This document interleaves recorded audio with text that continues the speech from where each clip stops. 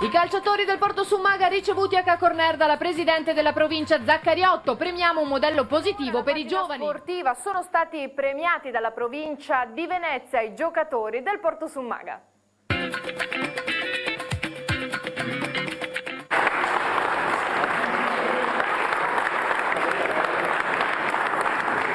I calciatori del Porto Summaga al fianco della presidente della provincia Francesca Zaccariotto, il premio ricevuto dai ragazzi di Viviani a Cacornere per la grande impresa compiuta lo scorso maggio con la promozione in Serie B, ma anche e soprattutto per il modello positivo proposto ai giovani veneziani. La presenza in provincia vuole essere un segno di riconoscimento ad una squadra che ha saputo lavorare in maniera sana attraverso un lavoro di gruppo dato da una presenza di persone, dal presidente al capitano, al mister, agli allenatori che sono stati tenaci e che fino in fondo hanno creduto a quello che era l'obiettivo del risultato, ma soprattutto anche di uno sport sano quale deve ritornare ad essere il calcio.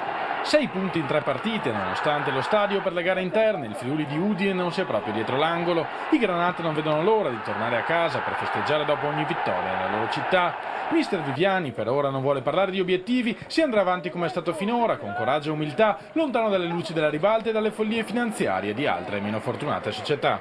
Il calcio ha bisogno di gente, di proprietari come quelli che abbiamo noi, come la famiglia Mio, dove con una grande passione sono vicini alla società, alla squadra, fanno di tutto ma non devono sperperare, devono fare le cose per bene e credo che sia la strada giusta assolutamente.